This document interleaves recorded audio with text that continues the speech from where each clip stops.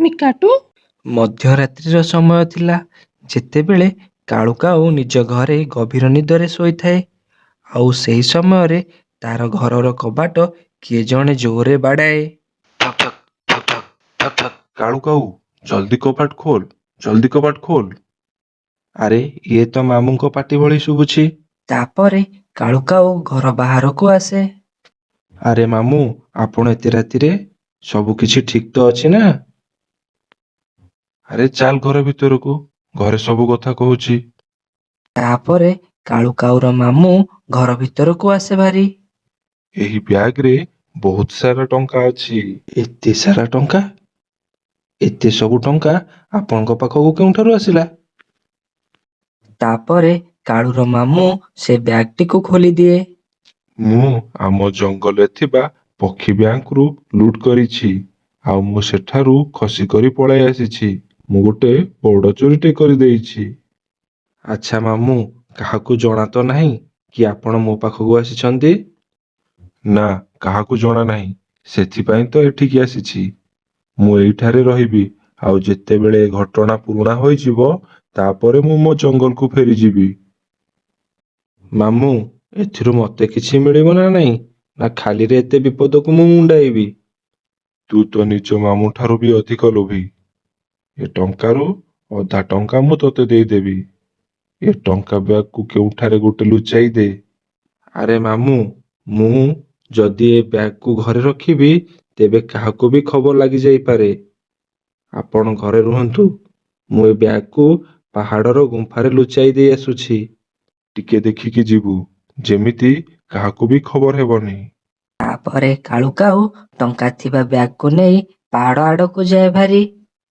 ରାସ୍ତାରେ ଯିବା ସମୟରେ ସେ ଗୋଟେ ଗଛ ମୂଳରେ ବସି ଚିନ୍ତା କରେ କି ମାମୁଁ ତ ଏ ବ୍ୟାଗରେ ଥିବା ଟଙ୍କାରୁ ଅଧା ଟଙ୍କା ମତେ ଦେବେ। ହେଲେ ଯଦି ମୁଁ ଏ ପୁରା ବ୍ୟାଗ ନେଇ କୁଆଡେ ପଳାଇ ଯାଏ, ତେବେ କାହାକୁ ବି ଜଣା ପଡିବ ନାହିଁ। ଆଉ ଯଦି ଧରା ପଡେ, ତେବେ ମାମୁଁ ହିଁ ଧରା ପଡିବେ। ଏହିପରି ଭାବି କାଳୁ କାଉ ସେ ବ୍ୟାଗ ନେଇ ଆଉ ଏକ ଜଙ୍ଗଲକୁ ଯାଏ ଭାରି। ଏମିତିରେ ସକାଳ ହୋଇଯାଏ, ଆଉ କାଳୁ ନ ଫେରିବାର ଦେଖି ତା ମାମୁଁ ବହୁତ ବ୍ୟସ୍ତ ହୋଇଯାଇଥିଲେ। ଆରେ, ଏ କାଳୁ କୁଆଡେ ଗଲା? କାଳୁ ମତେ ଚୂନ ମାରି ପଳାଇଲାନି ତ? ନାଇଁ ନାଇଁ, ସେ ତ ମୋ ଭଣଜା। ଏମିତି ମୋ ସହ କରିପାରିବନି। ମୁଁ ବାହାରକୁ ଯାଇ ଅନ୍ୟ ପକ୍ଷୀଙ୍କୁ ତା ବିଷୟରେ ପଚାରେ। ତାପରେ ସେ ଘରୁ ବାହାରକୁ ଆସେ, ଆଉ ପାଖରେ ବସିଥିବା ଚଢେଇକୁ ପଚାରେ। ଆରେ ଚଢେଇ, କାଳୁକୁ କେଉଁଠି ଦେଖିଛୁ କି? ହଁ ହଁ, ଆପଣ କାଳୁର ମାମୁଁ ନା? ମୁଁ କାଳୁକୁ କାଲି ନଦୀ ପାଖରେ ଦେଖିଥିଲି। ଆରେ ମୁଁ ଆଜିର କଥା ପଚାରୁଛି, କାଲିର ନୁହେଁ। ନା ନା, ମୁଁ ତ ଆଜି ସକାଳୁ ତାକୁ କେଉଁଠାରେ ଦେଖିନି। ଆପଣ ଟୁନି ଚଢେଇ ପାଖକୁ ପଚାରନ୍ତୁ। ସେ ତା ସହ ବେଳେ ବେଳେ ଫଳ ଖାଇବା ପାଇଁ ଯାଏ। କୁଆଡେ ପଳାଇଲା? କୁଆଡେ ଯାଇଥାଇପାରେ କାଳୁ? ଏମିତି ଭାବି ଭାବି କାଳୁର ମାମୁଁ ବହୁତ ବ୍ୟସ୍ତ ହେଉଥିଲେ। ହେଲେ ସିଏ ତ ଜାଣିନଥିଲେ କି ତା ଭଣଜା ତା ସହ ଧୋକାବାଜି କରିଦେଇଛି ବୋଲି। ଆଉ ଏପଟେ କାଳୁ କାଉକୁ ବି କିଛି ବାଟ ଦେଖା ଯାଉନଥିଲା କି ସେ ଏତେ ସାରା ସବୁ ଟଙ୍କା ନେଇ କୁଆଡେ ଯିବ। ତାପରେ ତାର ତା ପୁରୁଣା ସାଙ୍ଗ ଚିଲର କଥା ମନେ ପଡେ, ଆଉ ସେ ସଙ୍ଗେ ସଙ୍ଗେ ଚିଲ ପାଖକୁ ଯାଏ। ଆରେ କାଳୁ, ବହୁତ ଦିନ ପରେ ଦେଖା ମିଳିଲା।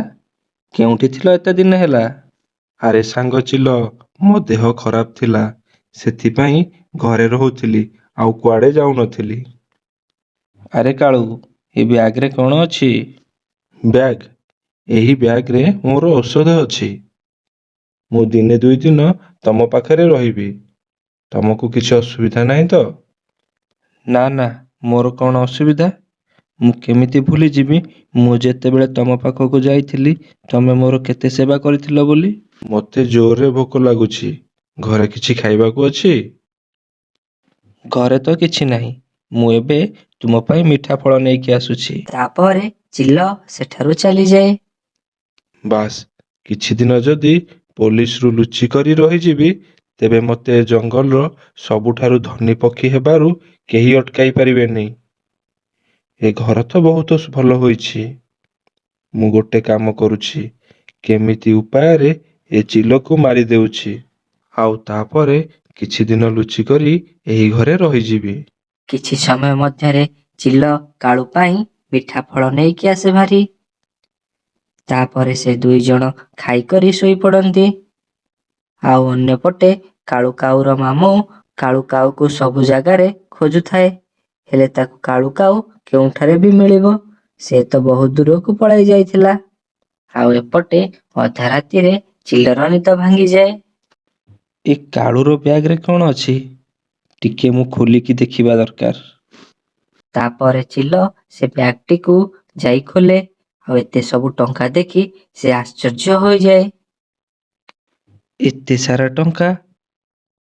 ତେବେ କାଳୁ ମତେ କ'ଣ ଗୋଟେ ଲୁଚାଉଛି। ତାପରେ ଚିଲ କିଛି ଗୋଟେ ଭାବି ଶୋଇପଡ଼େ।